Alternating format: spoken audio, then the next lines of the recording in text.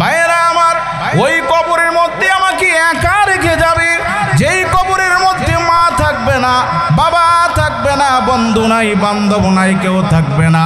আল্লাহর নবী রাহমাতুল লিল আলামিন বলেন, কোনো ব্যক্তি যদি কোরআনওয়ালাকে ভালোবাসে, আল্লাহর কালামকে ভালোবাসে, ইজ্জত দেয়, সম্মান করে, ওই ব্যক্তিকে কবরে রাখার পরে যখন আল্লাহ আবার জিন্দা করবে, তাকায় দেখবে তার কবরের মধ্যে সুন্দর একটা বাচ্চার সুরত ধরে দাঁড়ায় রয়েছে। এমনি ওই লোকটা ডাক দিয়ে বলবে, কে গো তুমি? তোমাকে আমি খুশকান্দি ভবনাথপুরে দেখি নাই, গোটা মানসারামপুরের ভিতরে এমন সুন্দর কোনো যুবক দেখি নাই। তোমার বাড়ি কোথায়? কোথায় তোমার ঘর? কোথায় তোমার পরিচয়? এমনি ওই ছেলেটা আল্লাহর কাছে ডাক দিয়ে বলবে, আল্লাহ মেহেরবানি করে আমার জবানটা খুলে দাও, তোমার বান্দার সাথে আমি কথা বলি। জবান খুলে দিবে আল্লাহ। এমনি ওই যুবক ডাক দিয়ে বলবে, হে আল্লাহর বান্দা, ভয় পায়েন না, চিন্তা করিয়েন না, মনে করতেছেন আমি যুবক, আমি একজন মানুষ। না না না না, হাকিকত বুঝেন, আমি হইলাম আল্লাহর 30 পারা কোরআন। আপনি কোরআনকে সম্মান করেছেন, এই জন্য আল্লাহ তাআলা খুশি হইয়া আপনার কবরের মধ্যে আমাকে হাজির করে দিয়েছে। আপনি চিন্তা করিয়েন না গো, যতক্ষণ পর্যন্ত আপনার কবরকে জান্নাতের বাগান না বানাইতে পারবো, আমি যুবক আপনার কবর থেকে দূরে যাব না। সুবহানাল্লাহ। যালিকাল কিতাবু লা রাইবা ফীহি হুদাল লিল মুত্তাকিন।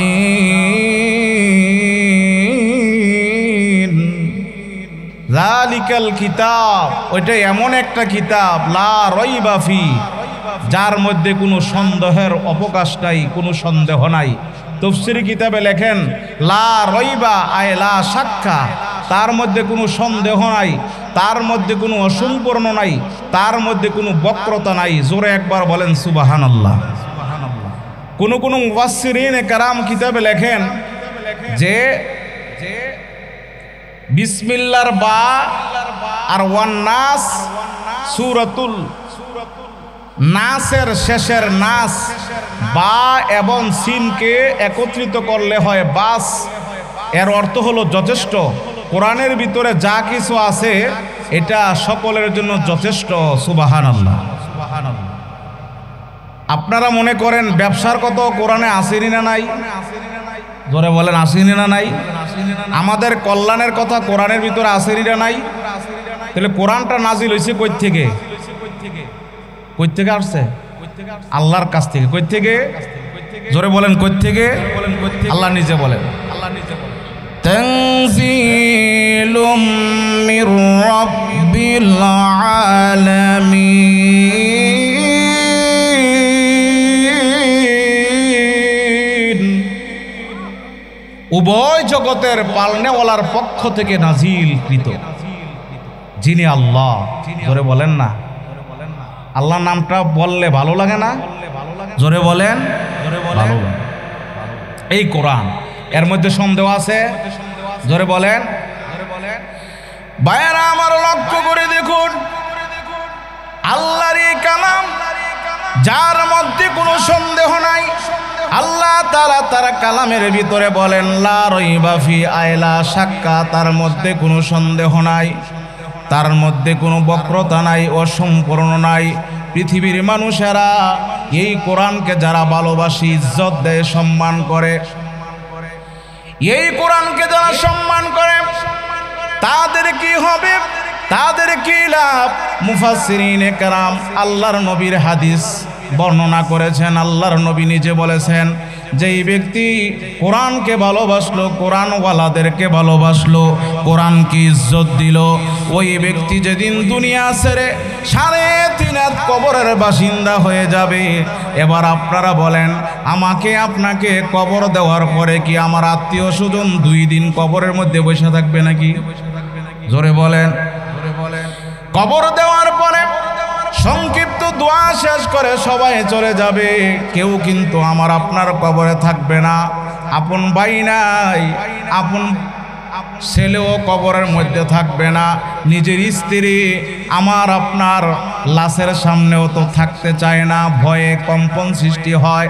এমন কি বলে, ও সন্তানেরা, তোমার আব্বা মারা গেল, আমি মা হইয়া অর্থাৎ আমি আমার স্বামীর স্ত্রী হইয়া আমি কিন্তু তোমার আব্বার লাশকে পাহারা দিতে পারবো না। তোমরা যদি সঙ্গে থাকো তাহলে থাকা যায়, না হলে আমি একা থাকতে পারবো না।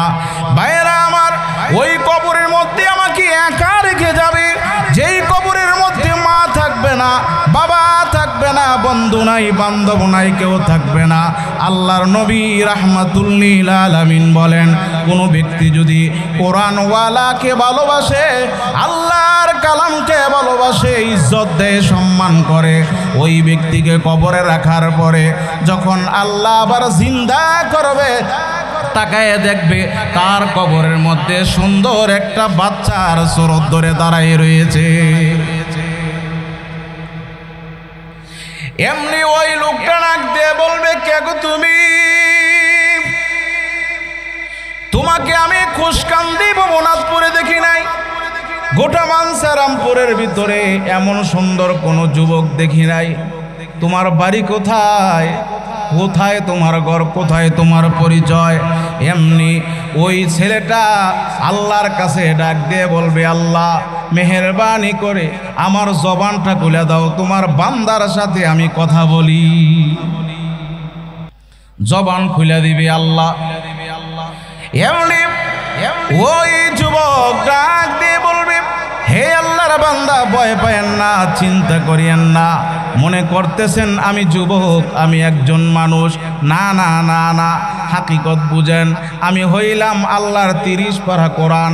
আপনি কোরআনকে সম্মান করেছেন, এই জন্য আল্লাহ তাআলা খুশি হইয়া আপনার কবরের মধ্যে আমাকে হাজির করে দিয়েছে। আপনি চিন্তা করিয়েন না গো, যতক্ষণ পর্যন্ত আপনার কবরকে জান্নাতের বাগান না বানাইতে পারবো, আমি যুবক আপনার কবর থেকে দূরে যাব না। সুবহানাল্লাহ। মরার পরে কবরের মধ্যে যদি এরকম একটা নেয়ামত হয়, তাহলে কি আমাদের জন্য বালানা খারাপ? জোরে কোন? শুধু তাই নয়, এই কোরআন আপনার ছেলেকে মাদ্রাসার মধ্যে পড়াইলেন, আল্লাহর নবীর হাদিস শুনেন, তিরমিজির ভিতরে আসছে, আল্লাহ রাসূল বলেন, মান করাআল কোরআনা ওয়া আমিলা বিমা ফিহি উলবিসা ওয়ালিদান উলবিসা ওয়ালিদাহু তাজান। আল্লাহর নবী বলেন, যেই ব্যক্তি কোরআন পড়লো, কোরআনের ভিতরে যা কিছু আছে তা আমল করলো, অর্থাৎ হালালকে হালাল জানলো, হারামকে হারাম জানলো, ওই ব্যক্তির মা বাবাকে আল্লাহ তাআলা কেমন প্রতিদান দিবে, কেমন যাজা প্রতিদান দিবে। উলবিসা ওয়ালিদাহু তাজান, কিয়ামতের কঠিন ময়দানে আল্লাহ তাআলা তার মাতা পিতাকে নূরের টুপি পরিধান করবে, নূরের টুপি পরিধান করাবে। হাদিসে আছে, জৌউহু আহসানু মিন জুই শামসি, ওই টুপিটার আলো হবে দুনিয়ার সূর্যের আলোর চাইতে আরো বেশি আলোকিত। জোরে কন্না সুবহান।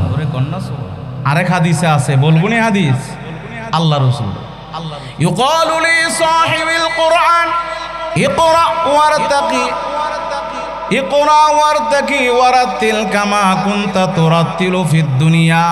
আল্লাহ তাআলা বলবে, ও কোরআন ওয়ালারা, পড়ো আর জান্নাতে চড়ো, যেখানে তোমার পড়া শেষ হবে সেখানে বাসস্থান হবে। দুনিয়ার মধ্যে যেমনি ভাবে পড়েছো এমনি ভাবে তুমি এখন পড়তে থাকো আর চড়তে থাকো। ফা ইন্না মানজিলাকা ইনদা আখিরি আয়াতিন তাকরুহা, বান্দারে, যেখানে তোমার পড়া শেষ হবে সেখানে তোমার বাসস্থান হবে। মুহাদ্দিসিনে কারাম বলেন, এক একটা কোরআনওয়ালাকে আল্লাহ তাআলা 6666 তালার বাসস্থান দিবে। তাহলে কোরআন পড়ার দরকার আসেনি? আরো জোরে কন্যা। এই কোরআন আল্লাহ তাআলা বলেন লা রাইবা ফি, তার মধ্যে কোনো সন্দেহ নাই। আছে নাকি?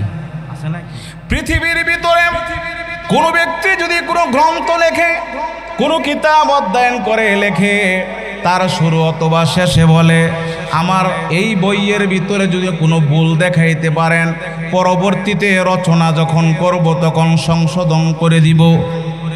আর আল্লাহ বলেন আমি এই কোরআন নাজিল করেছি, এই কোরআনের শুরু দিক দিয়ে আল্লাহ বলেন লা রাইবা ফি হুদাল লিল মুত্তাকিন। সুবহানাল্লাহ। ওইটা এমন একটা কিতাব যার মধ্যে কোনো সন্দেহ নাই, সন্দেহর কোনো অবকাশ নাই। আপনি মনে করেন এই কোরআনের ভুল ধরার চেষ্টা কি নতুন? ভুল ধরার চেষ্টা করতেছে এটা কি নতুন? নবীর জমানার মধ্যে ছিল না? আর জোরে কন্যা ছিল কি না? আচ্ছা বলেন ভুল ধরতে পারছে? কোরআনের মধ্যে ভুল আসেনি? জোরে বলেন আছে? নাই। কিয়ামত পর্যন্ত চেষ্টা করবে, আবার আসবে, আবার যাবে, আবার নতুন মানুষ আবির্ভাব হবে, আবার তার হায়াত শেষ হবে। এমনই করতে করতে কিয়ামত এসে যাবে। এই কিয়ামত এসে যাবে, আল্লাহর কোরআনের মধ্যে কোনো ভুল ধরতে পারবে না, পারবে না, পারবে না। কারণ আল্লাহ বলেন এই কোরআন নাজিল করছি আমি, এর সংরক্ষিত করার দায়িত্ব আমি কুদরতি হাতে নিয়েছি। সুবহানাল্লাহ। কেউ না, কেউ পারবে না। আল্লাহর কোরআন হলো আল হাক্কু বির রব্বিকা ফালা তাকুনান্না মিনাল মুমতারিন। আল্লাহ কয় হক আমি আল্লাহর কাছ থেকে আসে, অতএব তোমরা সন্দিহান যারা তাদের অন্তর্ভুক্ত হয়েও না। জোরে কন্না সুবহান। তাহলে এরপরে আল্লাহ কি বলেন লা রাইবা ফি হুদাল লিল মুত্তাকিন। এটা হলো মুত্তাকিনদের জন্য পথ নির্দেশ। এটা কোরআন যারা মানে তাদেরকে হেদায়েতের রাস্তা দেখায় দেয়। সুবহানাল্লাহ কোন। তাহলে কোরআনের ভিতরে হক, সঠিক রাস্তা আছে কি নাই? আর জোরে বলেন না আছে কি নাই? আছে। আল্লাহ নিজেই কোরআনে বলেন কোরআন যারা পড়বে আল্লাহকে চিনবে, কোরআন যারা পড়বে তার রসুলকে চিনবে, কোরআন যারা পড়বে তারা নামাজ পড়বে। কথা ঠিক না বে ঠিক? জোরে বলেন ঠিক না বে ঠিক? কোরআন যারা পড়বে তারা কিন্তু রোজা রাখবে, তারাই যাকাত দিবে, তারাই হজ করবে। কথা ঠিক না বে ঠিক? তারাই পর্দা করবে। কথা ঠিক না বে ঠিক? আল্লাহ কোরআনে নিজে বলছে ইন্নাল্লাহা রাব্বি ওয়া রাব্বুকুম ফা'বুদুহু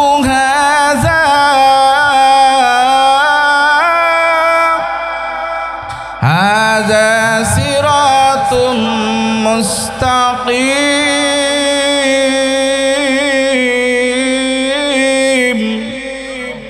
ইন্নাল্লাহা রাব্বি, নিশ্চয় আল্লাহ আমার রব এবং তোমাদের রব। ফা'বুদুহু, অতঃপর আল্লাহরই ইবাদত করো। জোরে কোন কার ইবাদত? জোরে বলেন কার ইবাদত? আল্লাহর ইবাদত করো, এটাই সোজা পথ। ওয়া হাযা সিরাতুম মুস্তাকিম, আর এটাই হলো সোজা পথ। সুবহানাল্লাহ কইলেন না? তাহলে আল্লাহর ইবাদত করাটা সোজা ইবাদত নাকি আল্লাহর ইবাদত সারা সোজা ইবাদত? সোজা রাস্তা কোনটা? জোরে বলেন না, সোজা রাস্তা কোনটা? আল্লাহর ইবাদত করা কার তরিকায়? জোরে বলেন নবীজির তরিকায়। জোরে কোন কার তরিকায়? আচ্ছা নামাজ পড়া এটা নবীজির তরিকা কিনা? আপনার বুঝেন না মনে? নামাজ পড়া, পর্দা করা, হজ করা, যাকাত দেওয়া এটা কার তরিকা? জোরে বলেন কার তরিকা? আল্লাহকে সেজদা দেওয়া কার তরিকা? মাজারের মধ্যে সেজদা দেওয়া শয়তানের তরিকা। কার তরিকা? এটা কি আল্লাহর তরিকা? তাহলে মাজারের সেজদা দেওয়া যাইব?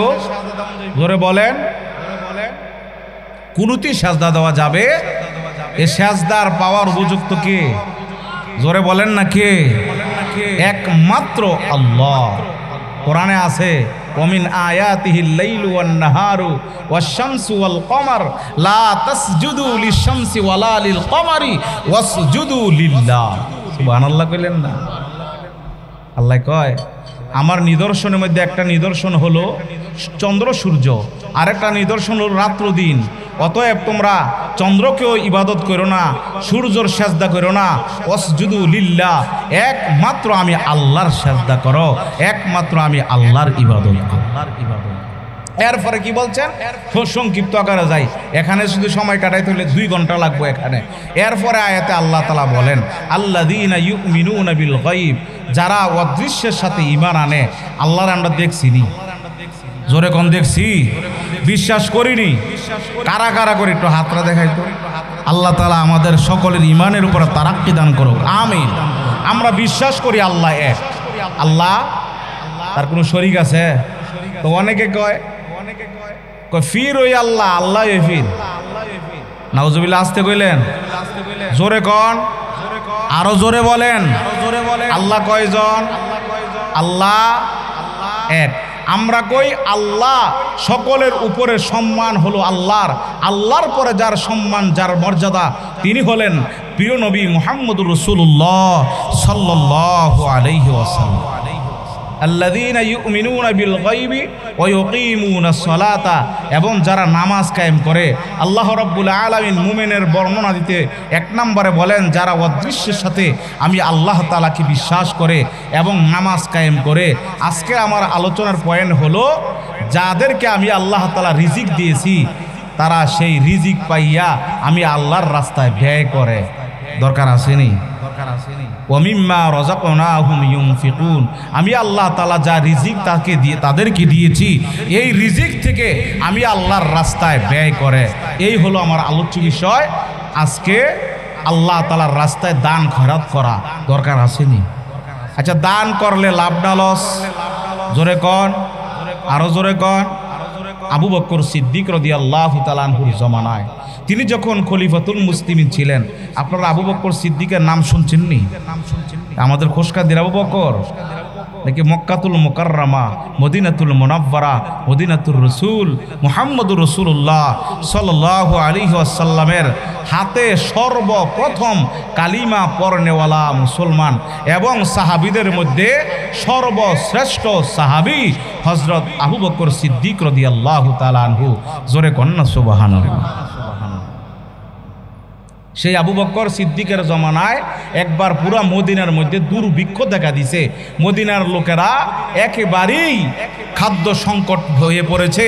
গরিবেরা একবেলা 2-3 বেলার ভাত একবেলা কোনো মতে খেয়ে প্রাণটা আল্লাহ তাআলা বাঁচায় রাখছে। এখন পুরা মদিনার মধ্যে দুর্ভিক্ষ দেখা দিছেন। সকল ব্যবসায়ীরা হযরত ওসমান রাদিয়াল্লাহু আনহুর কাছে গেছে, ওসমান, আপনার যে ওই সিরিয়া থেকে বাণিজ্য যত কাফেলা আসবে, এই বাণিজ্য মালামাল অল্প টাকার বিনিময়ে আপনি মানুষের মাঝে আপনি বিক্রি করেন, যাতে মানুষেরা কোনো মতে খেয়ে প্রাণটা বাঁচাইতে পারে। হযরত ওসমানের নিয়ত ভিতরে ভিতরে হলো যে আমি আজকে কোনো মালামাল বিক্রি করব না, আমি আজকে সমস্ত মাল আল্লাহর রাস্তায় আল্লাহকে খুশি করার জন্য সদকা করে দিই। এখন ব্যবসায়ীদেরকে পরীক্ষা করতেছে, এই ব্যবসায়ীরা তোমরা আমাকে কত টাকা লাভ দিবা?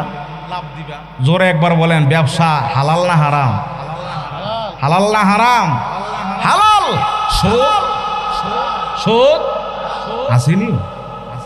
আমাদের ভবনাত্তর আর খুশকান্দি বলে নাই দি আছে। রসুল বলেছেন লাআনা রাসূলুল্লাহ সাল্লাল্লাহু আলাইহি ওয়াসাল্লাম আকিলার রিবা ওয়া মুকিলাহু ওয়া কাতিবাহু ওয়া শাহিদাইন। যে ব্যক্তি সুদ দিল, যে ব্যক্তি সাক্ষী রইল, যে ব্যক্তি লিখলো, যে ব্যক্তি নিল, তাদের উপর আল্লাহ এবং তার রাসূলের লানত। জোরে নাউজুবিল্লাহ। আর কোরআনে বলেন আহাল্লাল্লাহুল বাই'a ওয়া হাররামার রিবা, আমি আল্লাহ ব্যবসাকে হালাল করছি, সুদকে হারাম করছি। তাহলে আল্লাহর কোরআনই সত্য কথা, ঠিক নেবে ঠিক? এখন আত্মীয় স্বজনের কাছে হাওলাত পাওয়া যায় না, কর্জে হাসানা পাওয়া যায় না। যদি কয় চাচা বড় ঝামেলা ফিরেছে গেছে, চাচা আপনার নাতিটা খুব অসুস্থ, টাকা নেওয়া লাগবে, 50,000 টাকা দরকার আছিল। হের কাছে আছে কিন্তু কইব টাকা তো আমার কাছে নাই, একজনে দিয়া রাখছিল, তো তুমি যদি কিছু দিতে আরো, এটা কেউ শোনাই না? আসেনি? জোরে কন্যা আসেনি? এটা তুমি শোনায় না কাউরে, এটা ইজ্জত নষ্ট করো না, দিয়া রাখছে আর কি, গরিব মানুষ দিয়া রাখছে। আর সুদ যায় খায় বলে গরিব মানুষ, কয় দিয়া রাখছে কিছু ধৈর্য দিয়ে দিও। আমি এক $100 জিগাই কেমন আছো নো, সুবিধা না কি না, জোরে ঘন না, তাহলে সুবিধা না। রিস্কাওয়ালারে রিস্কাওয়ালা কয়ে ডাক দিলে বেজার হয়, বেজার হয়। বিদেশে যারা থাকে তাদেরকে প্রবাসী কয়ে ডাক দিলে বলেন না বেজার হয়। একজন আলেমকে যদি আলেম কয়ে ডাক দেয় বেজার হয়। একজন মাদ্রাসার ছাত্র যদি হাফেজ কয়ে ডাক দেয় বেজার হয়। কিন্তু $100 সুদি করলে বেজার হয় কেরে? আসেনি কিন্তু, আসেনি কিন্তু, খাইব সুদ, তার কি দানশীল গইতো? জোরে কোন দানশীল গইতো?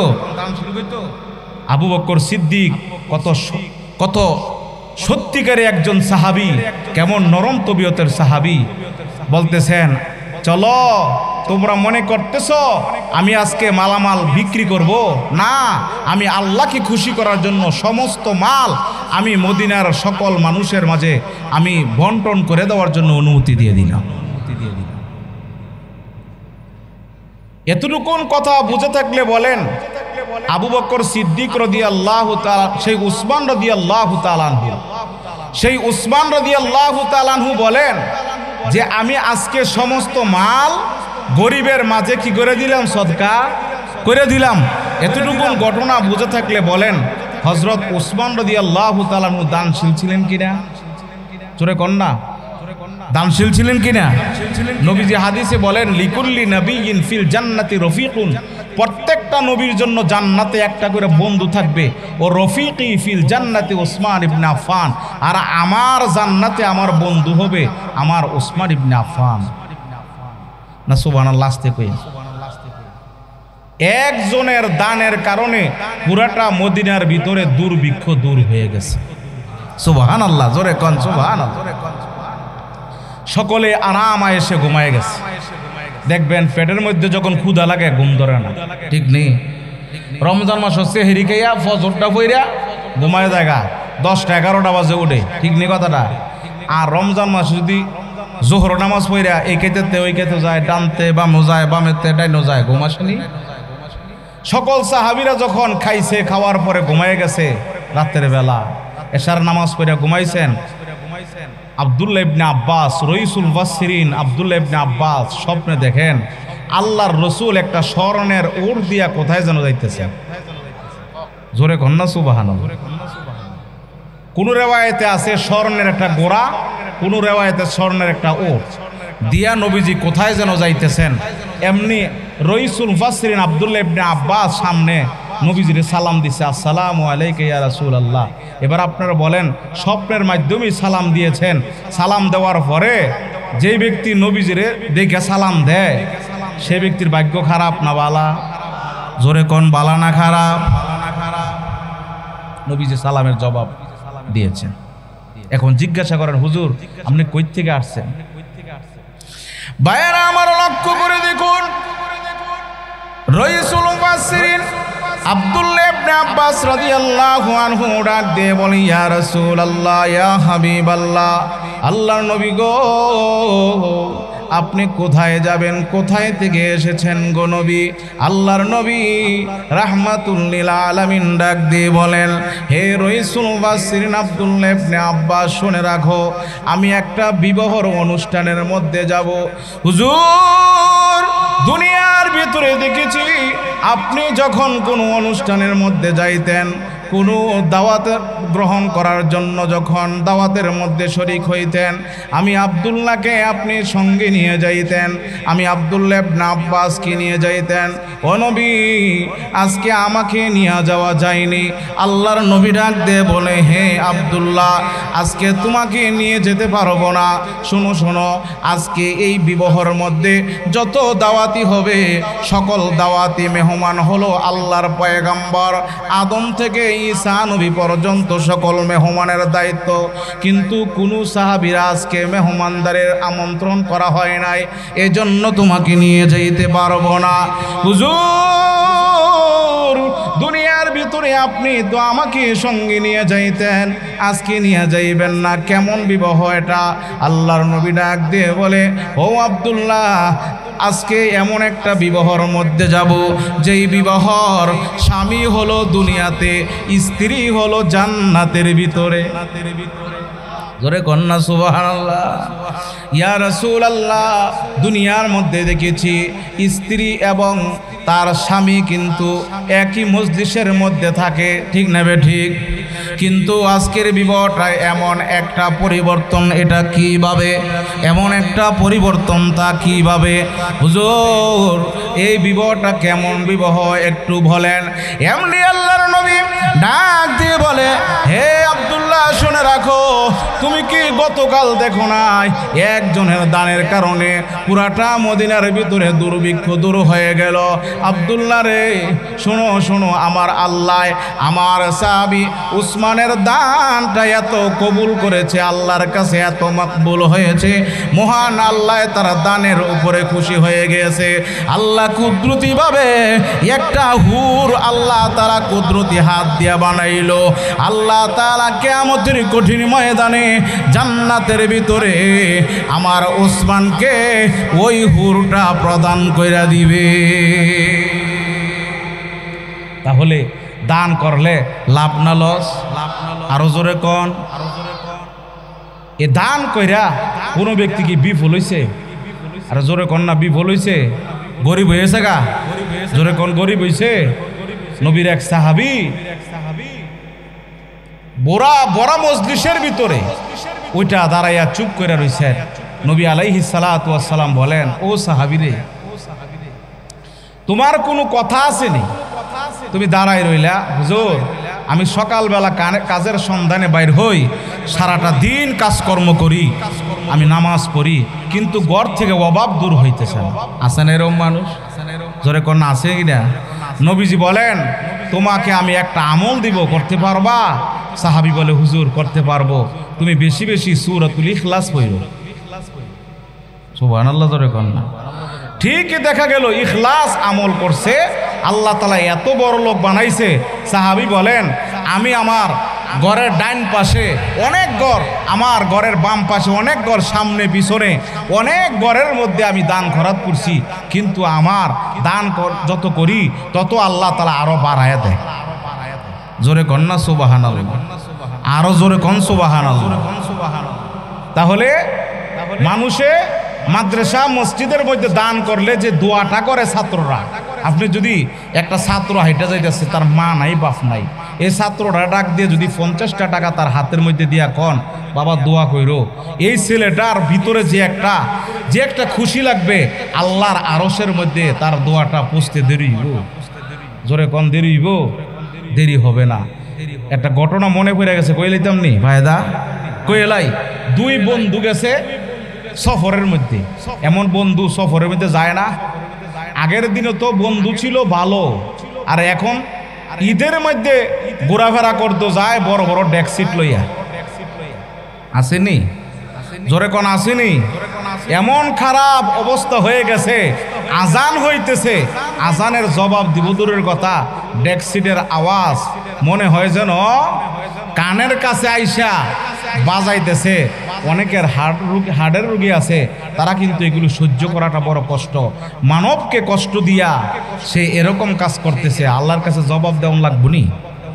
জোরে কোন জবাব দেওয়া লাগবনি?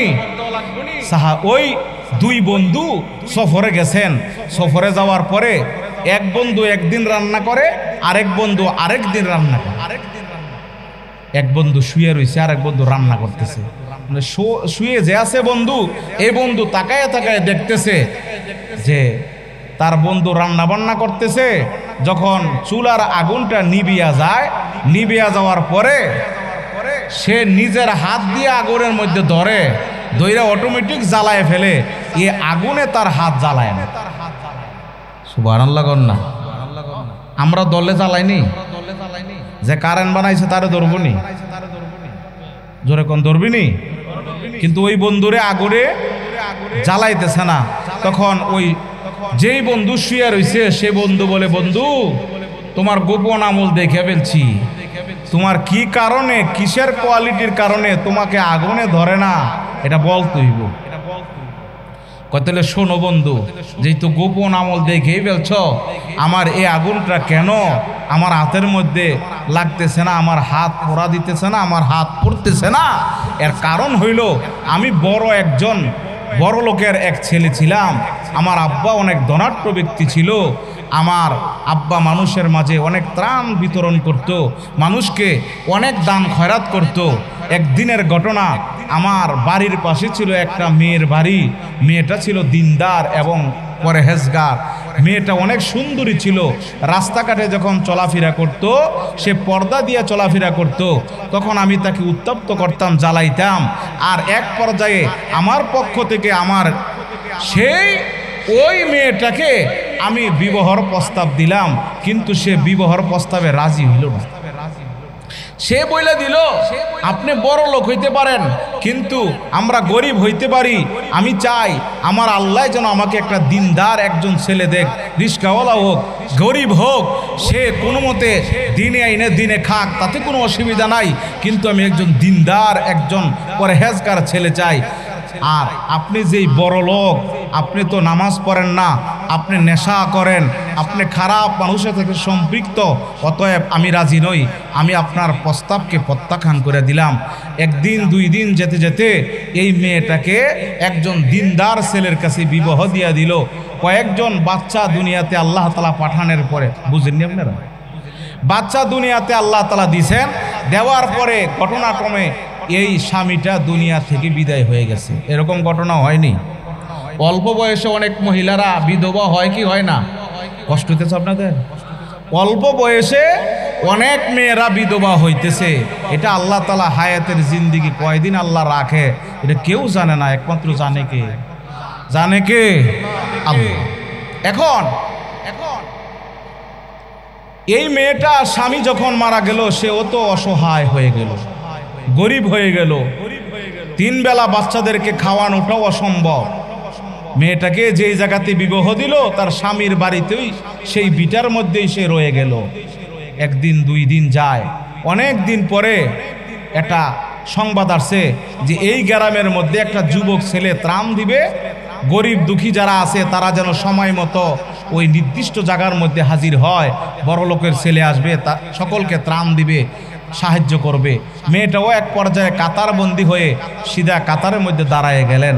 এখন যেই ছেলে তার বিবাহর প্রস্তাব দিয়েছিল, সেই ছেলেই তো ওখানে হাজির, সকলকে ত্রাণ দিল। মেয়েটা যখন সামনে হাজির, মেয়েটাকে ত্রাণ দিতেছে না। তুমি কি সেই মেয়েটা না যাকে আমি বিবাহর প্রস্তাব দিয়েছিলাম? হ্যাঁ হ্যাঁ, আপনি কি সদাগরের ওই ছেলে না, যেই ছেলেটা আপনি আমাকে বিবাহর প্রস্তাব দিয়েছেন, আমি রাজি হই নাই। তখন ছেলে ওইটা বলল যে আমি তোমাকে ত্রাণ দিব না, হ্যাঁ দিতে পারি যদি তুমি আমার মনের খায়েশটা মিটাইতে পারো। নাউজুবিল্লাহ, জোরে কোন। এমনি মহিলা ডাক দিয়ে কয়, না মইরা যামু, তারপরও আমি অবৈধ কাজের সাথে সম্পৃক্ত হতে পারবো না। ইন্নী আখাফুল্লাহ, আমি আল্লাহরে ডরাই। জোরে কন্যা সুবহানাল্লাহ। কারে ডরাই? কারে ডরাই? আল্লাহ। এখন মেয়েটাকে যখন ত্রাণ দিচ্ছে না, মেয়েটা এক কদম করে পিছনের দিকে যখন হটিয়া গেল, একটু পিছনে যাওয়ার পরে বাচ্চারা কান্নাকাটি শুরু করেছে, পেটের ক্ষুধা। মা, এই সদাগর লোকের সাথে মা আপনার কি হয়েছে গো মা? কিসের কারণে আপনাকে ত্রাণ দিচ্ছে না? সকল লোকেরা ত্রাণ নিয়ে বস্তা ভরে নিয়ে বাড়িতে যাচ্ছে। মা গো, আর সহ্য করতে পারতেছি না গো মা, তুমি যদি খানা দিতে পারো তাহলে খানা দাও, কোনো মতে বেঁচে থাকি। আর যদি খানা না দিতে পারো মা, তোমার হাত দিয়ে আমাদেরকে গলা টিপিয়া মেরে ফেলো, কোনো দুঃখ নাই। মার ভিতরে যেন কান্নার রোল আরো জারি হয়ে গেল। আল্লাহর দিকে তাকায় তাকায় বলে, মাবুদ, কি পরীক্ষার ভিতরে আমাদেরকে তুমি ফালাইলা রে আল্লাহ, এই ছেলেদেরকে কিভাবে প্রবোধ দিব, সান্ত্বনা দিব। আল্লাহ তুমি আমাদেরকে পাঠাইছো, দুনিয়ার মধ্যে দিয়েছ, রিজিকের মালিকও তো তুমি আল্লাহ। আল্লাহ এই লোকটা আমাকে খারাপ জিনিসের প্রস্তাব দিল গো আল্লাহ, রাজি হই নাই বলে ত্রাণ দেয় নাই। আল্লাহ তোমার কাছে তো ভান্ডারের কোনো অভাব নাই। আল্লাহ বিধর্মী লোকদেরকে যদি তুমি খানা খাওয়াইতে পারো, এই বাচ্চাদেরকেও খাওয়াইতে পারো, ঠিক না বে ঠিক? আরো জোরে কন, তুমি খাওয়ানোর মালিক আল্লাহ, তুমি আমাকে কিছু তোমার দিয়ে দাও, এই বলে কান্নাকাটি করতেছে। এক পর্যায়ে মা দরদি সন্তানদেরকে নিয়ে ওই বড় লোকটার সামনে গিয়ে আবার হাজির হলো। ওই লোকটা মনে মনে ভাবতেছে, মনে হয় আমার প্রস্তাবে রাজি হবে, কারণ প্রস্তাবে রাজি হবে এই জন্য তাদের পেটের বড় মনে হয় ক্ষুধা, এই জন্য আমার প্রস্তাবে রাজি হবে। আমি প্রয়োজনে তার সাথে আমার মনের খায়েশ মিটাইয়া আমি তাকে ত্রাণ দিয়া দিব। এই জন্য মনে হয় মহিলা তুমি আমার সামনে এসেছ। মহিলাটা আসমানের দিকে শাহাদাত আঙ্গুল তুলিয়া ডাক দিয়ে বলে, এরে জালেম, তোমাকে আমি তোমার প্রস্তাবে রাজি হইয়া আমি তোমার সামনে আসি, এটা তুমি ভাবিও না, ভুল ভেবেছ, ভুল ভেবেছ। শোনো শোনো, আমি তোমাকে আসল রাজ্জাকের সুসংবাদ দেওয়ার জন্য আসলাম, আসল মালিকের সুসংবাদ দেওয়ার জন্য আসলাম। তুমি তো একজন নকল লোক, তোমার তো শুরু আছে শেষও আছে। আমি এমন একটা চিরস্থায়ী রাজ্জাকের সংবাদ তোমাকে দিতে আসলাম। এ বান্দা, তুমি আল্লাহকে ভয় করো, আমি তোমার কাছ থেকে রিজিক নেওয়ার জন্য আসি নাই, আসল রাজ্জাকের সংবাদ দিতেছে। শোনো, আমার আল্লাহ যদি ইচ্ছা করে ওই ঘরের মধ্যে খানা পৌঁছাইতে পারে, আমার আল্লাহ এমন বড় কাদের কুদরত। এই সংবাদ বলিয়া মেয়েটা তার কাছ থেকে দূরে সরে গেল। এমনি ওই যুবক ডাক দিয়া কয়, হায় হায়, ওই আসল মালিক আল্লাহ তাআলা যদি এই মহিলার ঘরের মধ্যে ঠিক টাইমে খানা পৌঁছাইতে পারে, আসমান থেকে আযাব আসতেও পারে, আমাকে নিস্তেনাবুদ করতেও পারে। যদি মহিলার ঘরের মধ্যে খানা পৌঁছায়া যায়, আল্লাহ যদি খানা দিয়া দেয়, তাহলে আমাকে তো ধ্বংস করে ফেলবে, আমি তো ধ্বংস হয়ে যাব। এই জন্য ও বন্ধু, ঠিক টাইমে আমি ওই মহিলার বাড়ির মধ্যে খানাটা, সে বাড়ির মধ্যে যাওয়ার আগে তার বাড়িতে খানা পৌঁছাইয়া দিলাম। আরো জোরে কোন সুবহানাল্লাহ। হে বন্ধু, চিন্তা করলাম এই মহিলাটা অনেক দূর দিয়া তার বাড়ির মধ্যে যাবে, হেঁটে হেঁটে যাবে।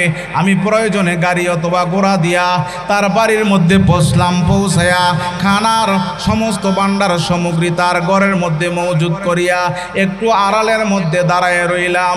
দাঁড়ায়া দাঁড়ায়া শুনতেছি সে কি বলতে আছে। সে ঘরটা খুলিয়া তাকায় দেখে এত সুন্দর মালামাল, খাদ্য দিয়া ঘরটা ভরা। এমনি আল্লাহর দরবারে দুইটা হাত তুলেছে। মাবুদ, ক্ষুধার পেটের মধ্যে যেই সময় ক্ষুধায় কাতর ছিলাম, আমার সন্তানেরাও ক্ষুধা ছিল, সেই সময় একজন জালেমের চেহারাকে তুমি দেখাইলা। আল্লাহ গো, এমন বড়া পেটে ঘরের মধ্যে খানা মজুদ বিদ্যমান, এখন তোমার ওলিকে দেখাইলা না, কোন ওলি যেন এত সুন্দর খানার ব্যবস্থা করে দিল। বন্ধু, তারপরে আমার এই মহিলাটি এত সুন্দর করে আমার জন্য দোয়া করেছে। আল্লাহ, যেমনি ভাবে তোমার বান্দায়, জানি না কোন বান্দায় খানা পৌঁছাইছে, আল্লাহ তোমার এই বান্দাকে জাহান্নামের আগুন কেন, জাহান্নামের আগুন কেন, এই দুনিয়ার আগুন যেন তার শরীরের মধ্যে কোনো স্পর্শ না করতে পারে।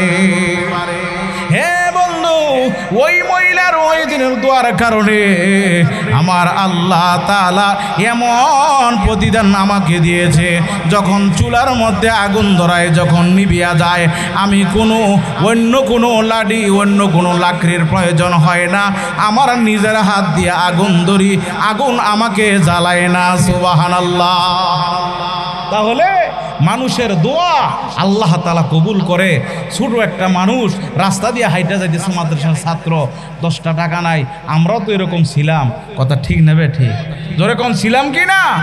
অনেক সময় ক্ষুধার অবস্থায়ও থাকে ছাত্ররা, কিছু কই তো চায় না, এরকম লোক নাই? হাদিসের ভিতরে আছে আল্লাহ তাআলা এই সমস্ত লোকদেরকে বড় ভালোবাসে যারা সমাজ থেকে 10 দিন 5 দিনের জন্য কোথাও গেলে সমাজের লোকেরা তারে গনেও না, তার খোঁজ খবরও নেয় না। কিন্তু আল্লাহ তাআলা তাদেরকে কেন ভালোবাসে? তারা না খাইয়াও আল্লাহর শুকর আদায় করে। জিজ্ঞাসা করলে ভাই খাইছেননি? কয় আলহামদুলিল্লাহ পেট ভরা আছে, আল্লাহ তাআলা খাওয়াইবো। অথবা অল্প কিছু খাইলেও আল্লাহর শুকরিয়া আদায় করে। আসেনি? হাদিস শরীফে তাদের কথা বলছেন, আউয়ালু মা ইউদআ ইলাল জান্নাতি ইয়াউমাল কিয়ামা আল্লাযীনা ইয়াহমাদুনাল্লাহা ফিস সাররাই ওয়াদ দাররা। আল্লাহ তাআলা জান্নাত থেকে, আল্লাহর জান্নাত থেকে ওই ব্যক্তিকে ডাকা হবে, ভাই এদিকে আসেন, আমার গেট দিয়ে প্রবেশ করেন। ওই জান্নাত বলবে আমার গেট দিয়ে প্রবেশ করেন। কাদেরকে? যারা সুখে দুঃখে খেয়ে না খেয়ে আল্লাহর প্রশংসা করছে। তো একটু প্রশংসা করুন যাইবনি আল্লাহ? জোরে কোন প্রশংসা করা যাবে নি? মানুষ যখন খুশি হইয়া দোয়া করে আল্লাহ দোয়াটা ফিরায় না। মাদ্রাসার এক ছাত্র রাস্তাতে হাইটে যায়, তারা যদি আপনি 20টা টাকা দিয়ে যদি তাতে দোয়া নেন, এই দোয়াটা কবুল হবে। কারণটা কি? তার কোনো গুনাহ নাই। মানুষ যখন এলমে দিন শিক্ষা করার জন্য ঘর থেকে বাইর হয়, ফাহুয়া ফি সাবিলিল্লাহ, সে আল্লাহর রাস্তার মধ্যে আছে। হাত্তা ইয়ারজিয়া, যতক্ষণ পর্যন্ত সে বাড়ির মধ্যে না যায়, সে আল্লাহর রাস্তার মধ্যে আছে। ওমান মাতা ফাহুয়া শহীদ, সে যখন রাস্তার মধ্যে মারা যায়, এলেম শিক্ষা করা অবস্থায় মারা যায়, সেটা শহীদই মর্যাদা হইবে। সুবহানাল্লাহ, জোরে কর না। তাহলে মানুষের দোয়া করলে এটা কি দোয়াকে আল্লাহ ফিরায়? জোরে কন। কাজী আবু বকর নামে একজন বড় আলেম ছিলেন। কি ছিলেন? তার বাড়ি ছিল মক্কা। কোথায় ছিল? মক্কা ছিল। তার বাড়ি ছিল মক্কা। কাজী আবু বকর 3 দিন 4 দিন ক্ষুধার যন্ত্রণায় মক্কার অলিগলিতে হাঁটতেছে, কোনো খানা নাই, তারপরও কারোর কাছে শেকায়ত করে না। আর আমাদের দেশে এমন লোক আছে, এক্ষুনি খালি জাফত খাইয়ে আইছে, জিজ্ঞাসা করলে ভালো হয়েছে নি খানাটা? খানা ভালোই, সাইদেরই ভালো না। কি কথা ঠিক না বেটি? গোস্ত ভালোইছে কিন্তু আড্ডি বেশি দিছে। আসেনি? রিজিকও যা আছে আর বাইরে খাওয়ান যাইব? জোরে কোন খাওয়া যাইব? কাজী আবু বকর ঘটনাটা শোনেন, আপনাদের দিলের কান লাড়া দিবে। কাজী আবু বকর 3 দিন ক্ষুধা, মক্কার গলিতে গলিতে হাঁটতেছে, কারো কাছে সওয়াল করে না, চাইতেছে না, ক্ষুধার যন্ত্রণা, কাজ খুঁজতেছে, পায় না। হঠাৎ করে দেখে একটা টাকার থলি সে সামনে পাইছে। আমরা হলে কইতাম লই, ঠিক নি? জোরে কর না, ঠিক নেবে? ঠিক। সে এই থলিটা বাইর করে দেখে, এর মধ্যে লক্ষ লক্ষ স্বর্ণ মুদ্রা, আর এর মধ্যে কোটি টাকার একটা হার এই থলির মধ্যে আছে। কাজী আবু বকর বলেন, আমার এই থলি পাওয়ার আগে যেরকম চিন্তা ছিল, থলিটা পাওয়ার পরে আমার চিন্তার গুণ আরো বেশি বাইরে গেছে। না জানি কার এটা, আমার চাইতে আরো বেশি চিন্তিত যার থলিটা হারাই গেছে। কোটি টাকার হার যে ব্যক্তি হারাইলো, সে আমার চাইতে বড় চিন্তিত, এটা কিভাবে আমার এটা আসল মালিকের হাতে পৌঁছাইতে পারি। সে এইভাবে হাঁটতেছেন। হঠাৎ করে দেখেন একটা মুরব্বী ব্যক্তি কাঁদতেছেন। বাজান কান্দেন কেন? জানেন আমার একটা কোটি টাকার একটা হার এবং কোটি কোটি টাকার স্বর্ণ মুদ্রা হারায় গেছে, না জানি কে পাইছে। তখন বলে আপনার এই থলির বিবরণ দেন। কয় এমন কয় আমিও তো পাইছি, পুরোটা মিলে গেছে, নেন আমি আপনার থলিটা আপনার কাছে, আপনাকে মালিক বানাই দিলাম। এখন ওই মুরব্বী ব্যক্তি কি দেবে লেখেন, ভিতর থেকে 500 টাকার একটা স্বর্ণ মুদ্রা তার হাতে দিয়ে দিছে। নেন, এটা আমি আপনার খুশি হয়ে দিলাম। তখন কাজী আবু বকর রহমতুল্লাহ আলাইহি বলেন যে আপনি আমাকে দিছেন, আমি পাইছি, কিন্তু আমি নিতে পারবো না। আমি যদি সবুর করি, এটা দুনিয়ার মধ্যে আর প্রতিদান নিতে চাই না, কিয়ামতের কঠিন ময়দানে আমি আল্লাহর হাতে নিব। জোরে কন্যা সুবহানাল্লাহ। অনেক দিন হয়ে গেছে। কাজী আবু বকর একদিন সফরে বাইর হইলেন ইয়ামান। কোন দেশে? ইয়ামানে জাহাজ দিয়ে তিনি যাচ্ছেন সাগর পথে। ঘটনাক্রমে তার সাথে যত লোকের সফরে ছিল সকল লোকেরা জাহাজ ডুবিয়া সবাই মারা গেল। কাজী আবু বকর হাফেজে কোরআন মানুষ, তিনি বাঁচতে বাঁচতে ইয়ামানের তীরের মধ্যে গিয়া লাগছেন। এখন তার যখন জ্ঞান ফিরে আসছে এমনি একটা তিনি আজানের শব্দ, আজানের বাক্য শুনতে পাইলেন। সুবহানাল্লাহ। কাজী আবু বকর আজানের বাক্য শুইনা তিনি উইঠা, তো ওনার পরনের মধ্যে যে জামা ছিল এটাও তো ভিজা, রৌদ্রে শুকাইল, সে মসজিদের মধ্যে প্রবেশ করলেন, নামাজ পড়লেন। এক পর্যায়ে দেখেন ইমাম সাহেব নাই। কাজী আবু বকরকে জিজ্ঞাসা করলেন, আপনি কে? আমি হাফেজে কোরআন। তাহলে আপনি নামাজটা পড়ান। তিনি নামাজ পড়াইলেন। এত সুন্দর কোরআন তেলাওয়াত নামাজ পড়াইয়ে সকল মুসল্লিরা যার যার বাড়িতে চলে গেছেন। কাজী আবু বকর বলেন, আমি কোথায় যাব? আমার তো সবচেয়ে বড় ঠিকানা এখন মসজিদ। কথা ঠিক যাবে? ঠিক। আর আমাদের দেশে তো মসজিদের মধ্যে আইলে বার করে দেয়। কি আসেনি? জোরে কন্যা আসেনি? মসজিদের মধ্যে থাকুন যেত না, এরকম কথা কয় কি কয় না? বহু আছে। কাজী আবু বকর তিনি আল্লাহর কোরআন পড়তেছেন। বিসমিল্লাহির রহমানির রহিম।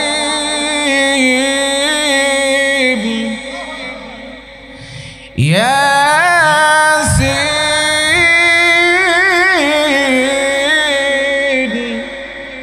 ওয়াল কুরআনিল হাকীম ইন্নাকা লামিনাল মুরসালিন।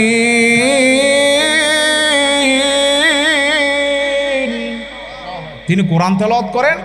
ওনার তেলাওয়াতের আওয়াজটা মুহাল্লাবাসী সকলের কানে কানে পৌঁছল। সকল মুহাল্লাবাসীরা দৌড়ে গেলেন, বাবা আপনার বাড়ি কোথায়? কয় আমার বাড়ি তো মক্কা। পুরাটা ঘটনা বললেন। বলার পরে আপনি আমাদের এলাকার ভিতরে থাকেন কয়েকদিন। থাকতে থাকতে উনি নামাজ পড়ান। সকল লোকেরা গিয়া বলতেছে, কাজী আবু বকর আল্লাহ মনে হয় খুশি হইয়া আপনাকে আমাদের এলাকার মধ্যে পাঠাইছে। আজকে কয়েকদিন হয় আমাদের মসজিদের ইমাম সাহেব মারা গেছে, সেও তো নাই। আপনি যেহেতু এত সুন্দর কোরআন তেলাওয়াত, আপনাকে আমরা ছাড়তে চাই না, আপনি আমাদের এই মসজিদের ইমাম হিসাবে রেখে দিলাম। জোরে কন্যা সুবহানাল্লাহ। ভাইয়েরা আমার লক্ষ্য করে দেখুন, এই কাজী আবু বকর রহমাতুল্লাহি আলাইহি তিনি ওই মসজিদের মধ্যে ইমাম হিসাবে রেখে গেলেন।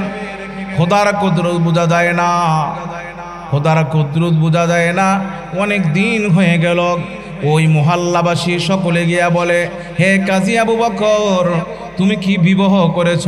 কয় না, আমি এখনো বিবাহ করি নাই। যেহেতু অনেক বছর হয়ে গেছে আমাদের মসজিদের ইমামতি করতেছ, আমাদের এই মহল্লার ভিতরে একজন পরহেজগার একজন মেয়ে আছে, তার বাবা বড় দিনদার ছিল, তার বাবা দুনিয়া ছেড়ে কবর দেশে চলে গেছে, মেয়েটা বড় অসহায়, দিনদার মহিলা। আমরা চাই আমাদের পরামর্শক্রমে তুমি যদি রাজি হও, এই মেয়েটাকে তোমার কাছে বিবাহ দিব, তুমি বিবাহ করবানি। কাজী আবু বকর বলে, ও মুহাল্লাবাসীরা আপনারা যা ভালো মনে করেন তাই আমি রাজি আছি। বাইরা আমার লক্ষ্য করে দেখুন, বিবাহ সম্পূর্ণ হয়ে গেল। ওই কাজী আবু বকর যখন বাসর ঘরের মধ্যে যাবে, স্ত্রীর কাছে যখন দেখা হলো, স্ত্রীর আগে শুনেছে এই ছেলেটা কাজী আবু বকর বড় তর্কে দুনিয়ার প্রতি তার কোনো লোভ লালসা নাই, সে আল্লাহওয়ালা একজন লোক, বড় ইমাম, ভালো একজন ব্যক্তি, তার বিবরণ শুনেছিল। কিন্তু স্ত্রী তাকায় দেখে, ঘরের মধ্যে যখন নির্জনে দেখা হলো, ওই স্ত্রী তাকায় দেখে ওই তার স্বামী কাজী আবু বকর কেমনে জানি স্ত্রীর গলার হারের দিকে তাকায় তাকায় দেখতেছে। সুবহানাল্লাহ। কাজী আবু বকর স্ত্রীর হারের দিকে তাকায় তাকায় চোখের পানিগুলো ছেড়ে ছেড়ে কাউলি। এমনি স্ত্রী ডাক দিয়ে বলে, স্বামী গো, আমার মহল্লাবাসীর লোকেরা আমার কাছে বলছে তুমি নাকি বড় দিনদার। ও স্বামী, আপনি নাকি তর্কে দুনিয়ার প্রতি আপনার কোনো লোভ নাই, লালসা নাই, আপনি নাকি দুনিয়ার কোনো ভালোবাসা আপনার কাছে নাই, আখেরাতের ভালোবাসা নাকি আপনার কাছে। তাহলে আমার তো শোনাটাই বড় উল্টা হয়ে গেল। আমি যা শুনেছিলাম তা যেন পুরাটাই উল্টা হয়ে গেল। আপনি আমার এই কোটি টাকার হারের দিকে আপনি তাকায় রয়েছেন। এমনি কাজী আবু বকর বলে, ও বিবি, এই হারটা কি ওই হার নাকি যেই হারটাকে আমি মদিনার অলিগলির মধ্যে একটা ব্যাগ পেয়েছিলাম। আমার মনে হয় যেন যেই হারটাকে আমার হাতের মধ্যে নিয়েছিলাম এই হারটা মনে হয় তোমার গলার মধ্যে। স্ত্রীটা শুনিয়া ফুফায়া কাঁদলে, ডাক দিয়ে বলে, স্বামী আপনার নাম কি ওই আবু বকর নাকি আপনি যেই আবু বকর, মক্কার আবু বকর? আমার বাবা মরার আগেও সেই আবু বকরের কথা বলে কাঁদতো। আমার আব্বা আবু বকরের নাম বলিয়া চোখের পানি সারিয়া কাঁদছে। আমার কাছে মৃত্যুর কয়েকদিন আগেও আমার বাবা আমার হাতটা ধরিয়া বলেছিল, মারে ও মা, একজন আমানতদারি ব্যক্তি আমি মক্কার মধ্যে দেখিয়ে আসছি মা, 3 দিন ধরে তার পেটের মধ্যে কোনো খানা নাই। আমার এত মূল্যবান হার এবং স্বর্ণ মুদ্রা সে কুড়াইয়ে পেয়েছিল, কিন্তু তার এর ভিতরে কোনো লোভ নাই, লালসা নাই। আমি কিছু দিতে চেয়েছিলাম তাও সে নেয় নাই। মা, আমার তো মৃত্যু হয়ে যাবে, তোর তো মা নাই, তোর তো ভাই বারাদার কিছুই নাই। মা, আমি যদি বিদায় হয়ে যাই তোর দায়িত্ব কে গ্রহণ করবে? আমি মরার আগে যদি এই আবু বকরের মতো একটা ছেলের কাছে তোকে আমি তুলিয়া দিয়ে যাইতে পারতাম, আমার মনে হয় যেন আমি মরার পরও বড় শান্তিতে থাকবো। স্বামী গো, আমার আব্বা মরার আগেও এই কথা বলিয়া ফুফায়া কাঁদছিল। আমার বিশ্বাস হয়ে গেল আমার আল্লাহ আমার আব্বার দোয়া কবুল করেছে, যার কারণে আপনার মতো মহামূল্যবান একজন স্বামী আমি পাইছি। আরো জোরে কোন সুবহানাল্লাহ। ও স্বামী, আপনি চিন্তা করিয়েন না, এই হারটা আমি আপনাকে হাদিয়া দিলাম। প্রয়োজনে এই হার বিক্রি করে আপনি গরিব দুঃখীদের মাঝে আপনি সদকা করে দিতে পারেন। তাহলে ও দুনিয়ার মানুষ, সদকা করে দিলে, দান খয়রাত করলে এটা লস না, এটা কি? আরো জোরে কন্যা। আশরাফ আলী থানভী রহমতুল্লাহ আলাই ওনার কিতাবের ভিতরে লেখছেন, মানুষ দুনো প্রকার মানুষই আফসোস করব। যারা দান খয়রাত করছে, নেক কাজ করছে, তারাও আফসোস করব। যারা গুনার কাজ করছে তারাও আফসোস করব। কইবেন হুজুর এটা কি কইলেন? তাহলে নেক কাজ করে আবার কি লাভ হইল? না, তিনি তার কিতাবে জবাব দিছেন, 2 আফসোসের ভিতরে ব্যবধান আছে। জোরে কোন কি আছে? কি আছে? জোরে কোন। ব্যবধান আছে। ব্যবধান হইল যারা নেক কাজ করবে তারা বলবে, আল্লাহ আরো কেন করলাম না, আরো কেন করলাম না? আল্লাহ যদি সুযোগ হইতো দক্ষিণের ক্ষেত্রা আমার বেনমাজি পুত্রে না দিয়া নাতিপুতি দিয়েছি ক্যাটার বাহিনী, এগুলি শুধু আমার আরো বিরুদ্ধে কাজকর্ম করে, আমার বকা খাওয়ায়, এরকম আছে না? এমন সন্তান আইলা যাইলা সন্তান রেখে গেছে, সন্তান বাপের 110টা, মৃত্যু বাপের গালি শোনায়। জোরে কর না, আসেনি? আছে কি নাই? আবার লক্ষ্য করে দেখেন, ব্রাহ্মণবাড়িয়ার ঐতিহ্যবাহী ব্রাহ্মণবাড়িয়ার বিবাড়িয়ার সবচাইতে আলহামদুলিল্লাহ আমাদের এই বাঞ্ছারামপুরের গৌরব আল্লামা সিরাজুল ইসলাম বড় হুজুর আসেনি? আরো জোরে কোন আসেনি? সারা বাংলাদেশের মধ্যে বড় হুজুর হিসাবে, মুফাসসির হুজুর হিসাবে ওনারে চিনে। ওনাকে ওনার জীবনী ফইরা আমাদের কাছে অনেকে হুজুর আপনার বাড়ি কই? কয়দিন আগে ময়মনসিংহ গেছি, ময়মনসিংহের লোকেরা ধরছে, আপনার বাড়ি কি? বিবাড়িয়া। হ্যাঁ, তো কিসের জন্য? কয় বিবাড়িয়ার মধ্যে বড় হুজুর। আমি কই বড় হুজুরের কি আরো কাছের সংবাদ দিতাম নি? কন? আমি কই বিবাড়িয়া বাঞ্ছারামপুর। ওনার বাড়ি তো বাঞ্ছারামপুর। ওনার বাড়ি তো বাঞ্ছারামপুর। আমি কই আরো সহজ কইতাম, আমাদের এক ইউনিয়নের তার বাড়ি। এক ইউনিয়ন ছিল কিনা? 10 দোনার বড় হুজুর সিরাজুল ইসলাম রহমতুল্লাহি আলাইহি, ওনার যে কত নাম। আল্লামা জুবায়ের আহমেদ আনসারী রহমতুল্লাহি আলাইহি, আল্লাহ তাআলা ইতিহাস রচনা করে দিয়েছেন। করোনার সময় সারা দেশের মধ্যে মানুষের মধ্যে লকডাউন, বাড়ি বাড়ি যাওয়া যায় না, এক গ্রামের মানুষ অন্য গ্রামে জানাজাত যাওয়া যায় না। 9:30টার আগেও মাঠের মধ্যে সৈন্য, কিন্তু 10টার সময় লক্ষ লক্ষ মানুষ কই থেকে আসলো জানে কে? জোরে কোন জানে কে? ইতিহাস রচনা থাকবে। আমার মনে হয় 10 বছর আর 20 বছর 50 বছরে আল্লামা জুবায়ের আহমেদ আনসারীর নাম কেউ ভুলবে না। কথা ঠিক না বেঠিক বলেন? এজন্য আল্লাহ ওয়ালারা তারা মরে যায় কিন্তু তাদের নাম বাকি থাকে, ঠিক না বে ঠিক? তাদের নাম কি থাকে? বাকি থাকে। গুলেস্তা কিতাবে লেখেন, ওই যে শেখ সাদী রহমতুল্লাহি আলাই কত আগের কবি ছিলেন, তিনি দুনিয়া থেকে চলে গেছেন কিন্তু তার নামটা আছে, আসেনি?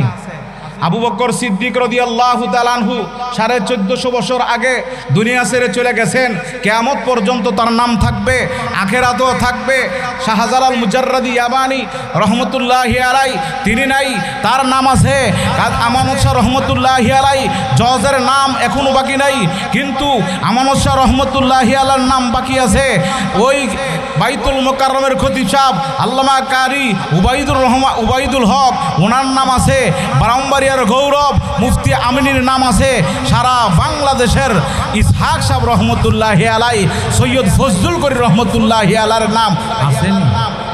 কেউ আসেনি? কিন্তু আল্লাহ ওয়ালারা দুনিয়া ছেড়ে চলে যায় কিন্তু তাদের নাম কি আছে? জোরে কন্যা, নাম কি আছে? বাকি আছে। শুনলই কয় ও শাহজালাল রহমতুল্লাহ নাম কইতেছ, আল্লাহু আকবার, উনি তো বড় আলেম ছিলেন, তিনি তো একজন বড় ওলি ছিলেন, তার নামটা সম্মানের সাথে লয়। আর কোনো বাবা যদি একটা সন্তান রেখে যায় সন্ত্রাস, বাপ মারে মৃত্যু বাপেরে 80টা গালি শোনায়, এরকম বাপ মা আসেনি? এমন সন্তান আসেনি? জোরে কন। বহু আছে, বহু আছে। থানবী রহমতুল্লাহ আলাইহি বলেন, যারা নেককার তারা বলবে আল্লাহ যদি সুযোগ হইতো তাহলে তো আমি আরো বেশি নেক আমল করে আসতে পারতাম। আর যারা গুনাহগার তারা কইবে আল্লাহ একটু ফাড়াই দাও না, একটু কবরস্থান থেকে বাড়ির মধ্যে যাই, আল্লাহ আর তো সহ্য করতে পারতেছি না, একটু সুযোগ দাও। আল্লাহ কোরআনের ভিতরে বলছে, ওয়ালাউ তারা ইযিল মুজরিমুন,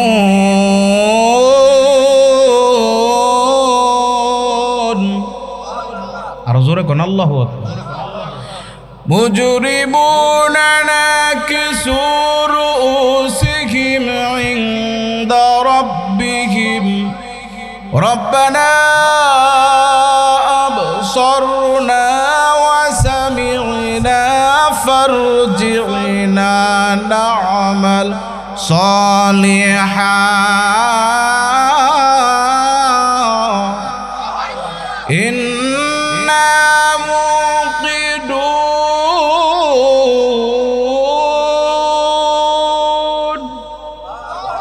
ওয়ালাউ তারা, হে নবী আপনি যখন দেখবেন গুনাহগারদেরকে তারা মাথা ঝুঁকাইয়া আমি আল্লাহর কাছে বলবে রব্বানা আবসরনা, আল্লাহ নিজের চক্ষু দিয়ে আযাব দেখেছি, আল্লাহ নিজের কানে দিয়ে শুনছি, ফারজিনা না'মাল সালিহা, আল্লাহ দুনিয়ার মধ্যে একটু পাঠিয়ে দাও, ইন্না মুকিনুন, নিশ্চয়ই আমার দৃঢ় বিশ্বাস হয়েছে। বলেন সুযোগ কি আর আছে? যারা আমাদের এই 2 গ্রামের এক কবরস্থান, এ যারা গত বছর বিদায় হয়েছে তারা কি 2 দিনের ছুটিতে আসতে পেরেছে? আসা কি সম্ভব? কেউ আসতে পারবে? এই দুনিয়া থেকে যারা বিদায় হইতেছি কেউ আসা কি সম্ভব? আসতে পারবো? আসতে পারবো না। কিন্তু হাসরের ময়দানে ওই মাঠটা যখন কায়েম হবে তখন আল্লাহ তাআলা নেককারদেরকে ডাকবে, আল্লাহ তাআলা বদকারদেরকেও ডাকবে। আল্লাহ কোরআনে বলে, يوم ندعو كل أناس بإمامهم فمن أوتي كتابه بيمينه فأولئك يقرؤون كتابهم ولا يظلمون فتيلا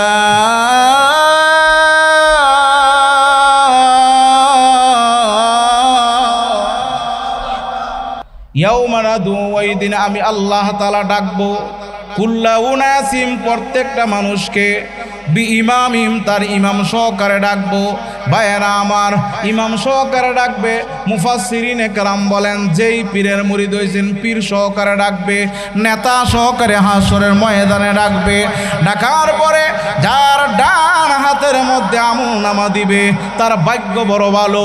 ফামান উতিয়া কিতাবাহু বিয়ামিনি, যার ডান হাতের মধ্যে আমলনামা দিবে ফাউলাইকা ইয়াকরাউনা কিতাবাহুম, তারা তাদের কিতাবগুলো পড়তে থাকবে। আল্লাহ তাআলার কাছে পড়বে আর বলবে, মাবুদ দুনিয়ার মধ্যে একটা মাদ্রাসার খাদিম ছিলাম, আল্লাহ আলেম উলামার সাথে বড় ইজ্জতের সাথে বড় দয়ার সাথে আমি আলেম উলামার সাথে ভালো ব্যবহার করেছিলাম, মাদ্রাসার ছাত্রদের মাথার মধ্যে হাত বুলাই দিতাম, মাদ্রাসার হাওয়াইজগুলো আমি মিঠাই দিতাম। প্রভু গো, এই জন্য তুমি আমাকে ডান হাতের মধ্যে আমলনামা দিয়েছো। প্রভু আয় আল্লাহ তাআলা, ও প্রভু, কত মানুষের আমাকে বকা দিত, গালি দিত, আমাকে তাচ্ছিল্য করতো, অহংকার করতো।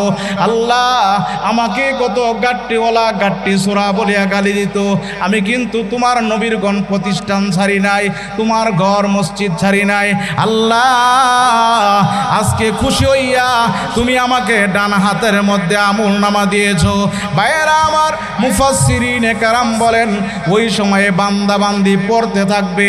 অনেকে প্রশ্ন হতে পারে, হুজুর আমরা তো জীবনও মাদ্রাসায় পড়ি নাই, আরবি কেমনে পড়বো? শুধু তাই নয়, আমরা কিভাবে আরবি পড়বো? মুফাসসিরিনে কেরাম বলেন আল্লাহ তাআলা যখন বলবি ইকরা কিতাবাকা কাফা বিনাফসিকাল ইয়াউমা আলাইকা হাসিবা, হে বান্দা তুমি পড়তে থাকো, ইকরা তুমি পড়ো, আজকে নিজেই নিজের জন্য যথেষ্ট হয়ে গেলা। ভাইয়েরা আমার, এই কথা বলতে দেরি বান্দা বান্দি আরবি ভাষার ভাষ্যকার হয়ে যাবে। বান্দা বান্দি দেখবে তার আমলনামা, তার আমলনামা, এই তো আমার আমলনামা, লা ইউগাদিরু সগীরাতাও ওয়ালা কাবীরাতান ইল্লা আহসাহা। আয় আল্লাহ, এই আমলনামার ভিতরে একটা ছোট অনেক একটা বড় অনেক কিছুই তো বাদ পড়ে নাই। ওই যে ফুসকান্দি ভবনাথপুর বাইতুল ফালাহ মাদ্রাসার নুরানি মাদ্রাসার মধ্যে গিয়ে যে আলহামদুলিল্লাহ বলছি, আল্লাহ গো, ওই যে ডিসেম্বরের 30 তারিখে মাহফিলের এই তারিখ সহ এখানে লেখা আছে। আর জোরে কন্যা সুবহানাল্লাহ। আচ্ছা, তারিখ সহকার লেখা আছে, তারিখের কথা নাই, কিন্তু ইনডাইরেক্ট আয়াত আছে। আয়াতটা কইতাম নি, জোরে কোন হইতাম নি। আল্লাহ তাআলা আহসাহুল্লাহু ওয়া নাসু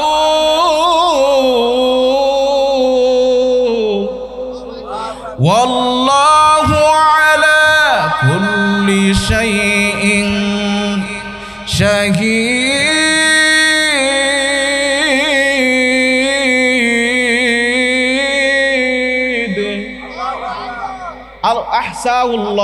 আল্লাহ তাআলা সব কিছু লিপিবদ্ধ করে রাখছেন, লেখা রাখছেন, লেখাটাই তো তারিখ। আল্লাহ তাআলা লেখা রাখছেন আহসাহুল্লাহু ওয়া নাসু, হে মানুষ আল্লাহ তাআলা লেখা রাখছে। আর যদিও আমরা ভুলে যাই, আল্লাহ তাআলা বলে না, বলে নাকি? জোরে কোন বলে নাকি? ভাইয়ারা আমার, লক্ষ্য করে দেখুন, আল্লাহ তাআলা প্রত্যেকটা বিষয়ের মধ্যে সাক্ষী। আল্লাহ যদি সাক্ষী হয়ে যায়, দুনিয়ার কোনো সাক্ষীর প্রয়োজন আছে নাকি? জোরে কোন। আল্লাহ কিন্তু তিনি ধনী, তিনিই তো সকলের মালিক, তিনি যদি সাক্ষী হয়ে যায় তাহলে আর কোনো সাক্ষী, আমাদের সৈয়দ আলীর কোনো সাক্ষী দরকার আছে? আল্লাহ নিজেই সাক্ষী, কইব নেও তোমার আমলনামা তুমি নেও, আমি সব কিছু সাক্ষী হয়ে গেলাম। বান্দাবান্দি কইব আল্লাহ একটা নেক অতি বাদ পড়ে নাই, একটা গুনাহ অতি আল্লাহ বাদ পড়ে নাই। আল্লাহ তুমি কেমন কাদের কুদরত মাওলা, এটাই আমাদের আল্লাহ ধনী, ঠিক না বেটি? এবার আপনারা বলেন, আমাদের আল্লাহ ধনী না ফকির? এই জায়গাটা কয় না আমরা আমরা আমরা ধনী? আরো জোরে কন। এই ফকির দেওয়া নাকি কইতো চান? আমি প্রায় জায়গার মধ্যে বলি ফকির দেওয়া জায়গা কইতো জানা। জোরে কন তো আমরা কি? আরো জোরে কন। আমরা ফকির, এটা নিজে আল্লাহ কোরআনে বলছে। আচ্ছা, আল্লাহ যদি আমাদেরকে ফকির বলে আখ্যায়িত করে, এটাকে আমাদের কোনো লস আছে? আচ্ছা, খুশির কথা নাকি? খুশির কথা নাকি না বেজা? আল্লাহ যদি আমার ফকির কয়, আল্লাহ যদি আমাদেরকে কি কয়? আল্লাহ কয় ইয়া আইয়ুহাল্লাযীনা আমানু আনতুমুল ফুকারাউ ইলাল্লাহ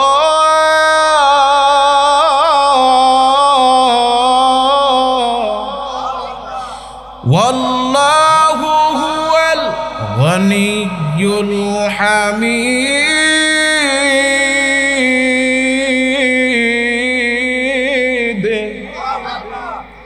ইয়া আইয়ুহাল্লাযীনা আমানু আনতুমুল ফুকারা, হে ঈমানদারেরা তোমরা সকলে আমি আল্লাহর কাছে ফকির, আর আমি আল্লাহ হইলাম ধনী। জোরে কোন সুবহানাল্লাহ। এবং সকল প্রশংসার মালিক হইলাম আমি আল্লাহ। জোরে কোন কে? তিনি প্রশংসার মালিক হবেন না কেন? তিনি তো আমাকে আপনাকে আকৃতি দান করছেন। জোরে কোন কে বানাইছে? জোরে কোন কে? মার রেহেমের ভিতরে আকৃতি দান করছেন যেমনি চাইছেন।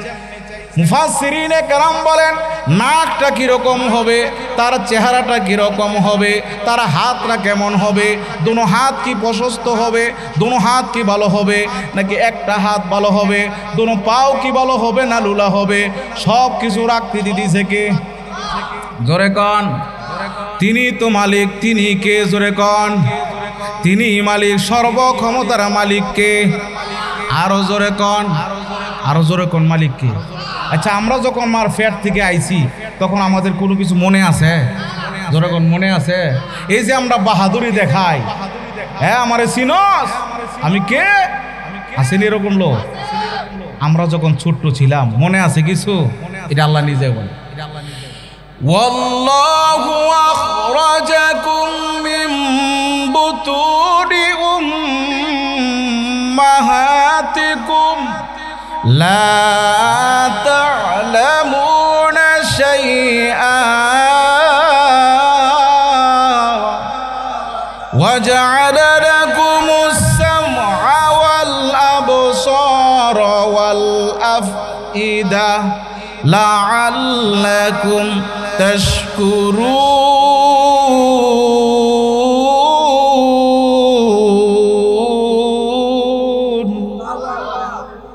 ওয়াল্লাহু আখরাজাকুম, ওই আল্লাহ তোমাকে আমাকে বাহির করেছেন, মিন বুতুনি উম্মাহাতিকুম, আমার আপনার মায়ের পেট থেকে। জোরে কোন কই থেকে? আসমানতে ফালদাই পড়ছেন। কই থেকে আইছি? এই মারে গিয়েছে দমক দেন, আসেনিও? মারে দমক দে আসেনি? এমনও সন্তান আছে মারে মারে, বাপেরে মারে, আসেনি?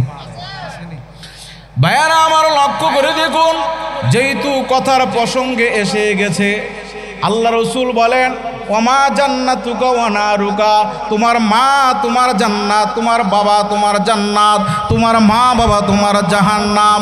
হে দুনিয়ার মানুষেরা, মা বাবাকে যদি খুশি করতে পারো তাহলে আল্লাহর জান্নাত তোমার জন্য উন্মুক্ত হয়ে যাবে। আল্লাহ রসুল সাল্লাল্লাহু আলাইহি ওয়াসাল্লাম বলেন রাদার রব্বি ফি রাদাল ওয়ালিদি ওয়া সাখাতুর রব্বি ফি সাখাতিল ওয়ালিদ। আল্লাহ রসুল বলেন মা বাবা খুশি আল্লাহ খুশি হয়, মা বাবা যদি বেজার হয় আল্লাহ তাআলা বেজার হয়ে যায়। কারণ হলো মা বাবার কথা কেন বললেন? আল্লাহ তাআলা সূরাতুল বনী ইসরাঈলের ভিতরে বলেন ওয়া ক্বাদা রাব্বুকা আল্লা তা'বুদু ইল্লা ইয়্যাহু। হে দুনিয়ার মানুষেরা, আমি আল্লাহর চূড়ান্ত ফয়সালা, তোমরা আমি আল্লাহর ইবাদত ছাড়া কারো ইবাদত করতে পারবে না। আল্লাহর ইবাদতের পরেই কিন্তু মা বাবার কথা কইছে ওয়াবিল ওয়ালিদাইনি ইহসানা, তোমরা মাতা পিতার সাথে ভালো ব্যবহার করবে। ইম্মা ইয়াবলুগান্না ইনদাকাল কিবরা আহাদুহুমা আও কিলাহুমা, তাদের দুজন থেকে একজন যদি বার্ধক্য হয় অথবা দুজন, মা যদি বার্ধক্য হয়, মা যখন বুড়ি হয়ে যায়, বাবা যখন বুড়া হয়, তখন ইম্মা ইয়াবলুগান্না ইনদাকাল কিবরা আহাদুহুমা, তখন তোমরা কিন্তু দুজনকে থেকে একজনকেও কিন্তু দমক দিতে পারবে না। দমক দেবনি? দমক দেওয়া যাইব? দমক দেওয়া যাবে যাবে না, এমনকি নিজের পরিশ্রমের কত মা বাবার কাছে বলা যাবে না। এরকম হইতে পারে যে আমার সন্তান মনে হয় আমাকে লালন পালন করতে গিয়ে মনে কষ্ট হয়, এজন্য তার কষ্টের কথা আমাকে বর্ণনা করছে। এটাও নিষেধ আসছে হাদিসে যে তোমার কষ্টের কথা বইল না, কারণ তোমাকে পেটের মধ্যে রাইখা তোমার মা যে কত কষ্ট করছে, রাত্র যায় দিন যায়, সবাই আরামে খায়, মায় কিন্তু খায় না। ঠিক নেই? ঠিক নেই? গভীর রাত্রে সবাই যারা যারা আরামে বিছানার মধ্যে ঘুমায়, একজনে ঘুমায় না, তিনি আমার জনম দুঃখিনী মা। মা রাত্রে উঠিয়া আমি আপনি যখন মার পেটের মধ্যে হাঁটু দিয়া গুতা মারতাম, পা দিয়া লাথে মেরেছি, মা ঘুমায় না, পেটের যন্ত্রণা, মা ছটফট করে। এই সন্তানকে যখন মা দুনিয়ার মধ্যে দেখে, তার 9 মাসের কষ্টের কথা বলিয়া যায়, তিনি হলো মা। সেই আল্লাহ তাআলা মার পেট থেকে আমাকে আপনি বার করেছেন, সেই কাদের কুদরত তিনি কয়জন? জোরে কন না। তিনি একজন, তার কোনো শরীক আছে? আচ্ছা, আমি আপনি যখন আল্লাহর সাথে সমকক্ষ দাঁড় করাই, এটা কি আল্লাহ তাআলা কি খুশি হয়ে মনে করেন? জোরে কোন খুশি হয়ে মনে করেন? এই যে অনেক মানুষে গিয়ে মাজারের মধ্যে উবু তুই গিয়ে পড়ে, আসেনি? এ জোরে কোন আসেনি? উবু তুই গিয়ে পড়ে, সব দিয়া লাইব, সব দিয়া লাইব। আরে আরে দিত বইয়া লইছে, তার যে 12টা বাজদাছে, ঠিক নেই? সর্বক্ষমতার মালিক কে? জোরে কন্যা কে? চাইতেইব কার কাছে? আল্লাহর কাছে চাইতেইব। আল্লাহ তাআলার কুদরতি কলিজা ফাইটা যায় বান্দা যখন আল্লাহর সেজদা না দিয়া মাখলুকের গিয়ে সেজদা দেয়। জিবরিল আলাইহিস সালাতু ওয়াস সালাম নবীজির সাথে দেখা, দুইজনে কথা কয়। আল্লাহ রাসূল বলে, জিবরাইল মজার কথা, খুব খেয়াল করে শোনেন যুবক ভাইয়েরা, খুব খেয়াল করে শোনেন। জিবরিল আলাইহিস সালাতু ওয়াস সালামকে আমাদের নবীজি বলেন, জিবরাইল রে, আল্লাহ তো তোমার অনেক শক্তি দিছে। হ্যাঁ, আচ্ছা তুমি কোন জিনিস গণতারো আর কোন জিনিস গণতে পারো না? কয়, আমি তো সব জিনিসই গণতে পারি। আসমান থেকে যত বৃষ্টির ফোঁটা যত জমিনের মধ্যে বর্ষিত হয়, প্রবল বৃষ্টিও যখন হয়, সবগুলি ফোঁটা আমি জিবরাইল গণতে সক্ষম। আচ্ছা আপনারা সাক্ষী দেন, সেই পরিমাণে সুবহানাল্লাহ হইছে। আমার ঘরের ডেউ দিয়া, সালের ডেউ দিয়া কটা ঘরে এটা গণতারেন নি? কি গণতে পারেন? আচ্ছা কোন তো একটা সালের মধ্যে কয়টা ডেউ আছে কইতারি আমরা? একটা সালের মধ্যে কয়টা ডেউ আছে গণতারি? কিন্তু জিবরিল আলাইহিস সালাম আসমান থেকে যত জায়গায় বৃষ্টি হয়, এক সময় কি এক জায়গায় বৃষ্টি হয়? সবগুলি ফোঁটা আমি জিবরিল গণতে পারি। সেই পরিমাণে সুবহানাল্লাহ আওয়াজ হইব। সবাই আশ্চর্য হয়ে গেছে, নবীজি আশ্চর্য হয়েছে। জিবরিল বলেন, হুজুর তারপর আমি একটা জিনিস গণতে পারি না, তাইলে এই জিনিসটা তো শোনার দরকার আছে।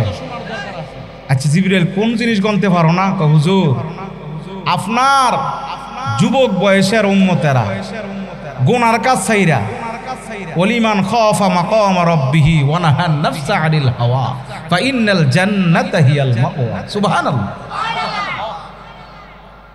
আল্লাহর ভয়ে খারাপ কাজ থেকে ফিরা, নাফরমানির কাজ থেকে ফিরা, যারা উইঠা নামাজের মধ্যে দাঁড়ায়া যায়, রুকু করে, সেজদার মধ্যে যখন আপনার যুবক বয়সে উম্মতেরা যায়, একটা সেজদার মধ্যে যে কি পরিমাণ আল্লাহ কুদরতিভাবে তার সওয়াব লেখে, আমি জিবরাইল অনেক চেষ্টা করছি, গণ্যা শেষ করতে পারি। এই সেজদা না দিয়া উবুতিয়ে গিয়া কয়, খাজা বাবার যত কিছু আছে, অনেক ফির নাম কই না, অনেক ফিরের মাজারও গিয়া সেজদা দে, উবুতিয়ে গিয়া পড়ে। এরকম লোক আসেনি? এগুলি আবার মহিলারা বড় পাগল, তরে যে বোকা, মনে করছে এটা 150 বাজার লাগছে, যে এন্দা সকফা তেলে চলে গেলাম গা। এত সহজ, এত সহজ, এত সহজ না দুনিয়া বাজান। 12 বছর 14 বছর মাদ্রাসায় পইরা হকটা চিনল না, আর লেখাপড়া জীবনে করে নাই, নামাজ কায়েম করার কথা কইছে, পড়ার কথা কইছে না। কায়েমের কথা থানবী রহমতুল্লাহ থেকে তারা বেশি বুঝছে। থানবী রহমতুল্লাহ আলাই বলেন কায়েমের ব্যাখ্যা হলো তুমি আজকা পড়ছ আর কালকা পড়লা না, এটার নাম কায়েম না।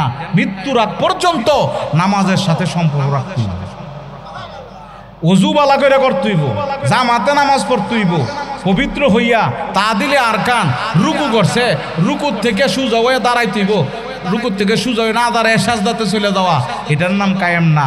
তা দিলে আরকান নামাজের ওয়াজিব, নামাজের সুন্নত, নামাজের ফরজ, নামাজের ভিতরের ফরজ, নামাজের বাইরের ফরজ, এগুলি মাদ্রাসায় পড়ায়। আস্তে দি কইলে এটি মাদ্রাসার মধ্যে নুরানি ক্লাসের ভিতরেই পড়ায়।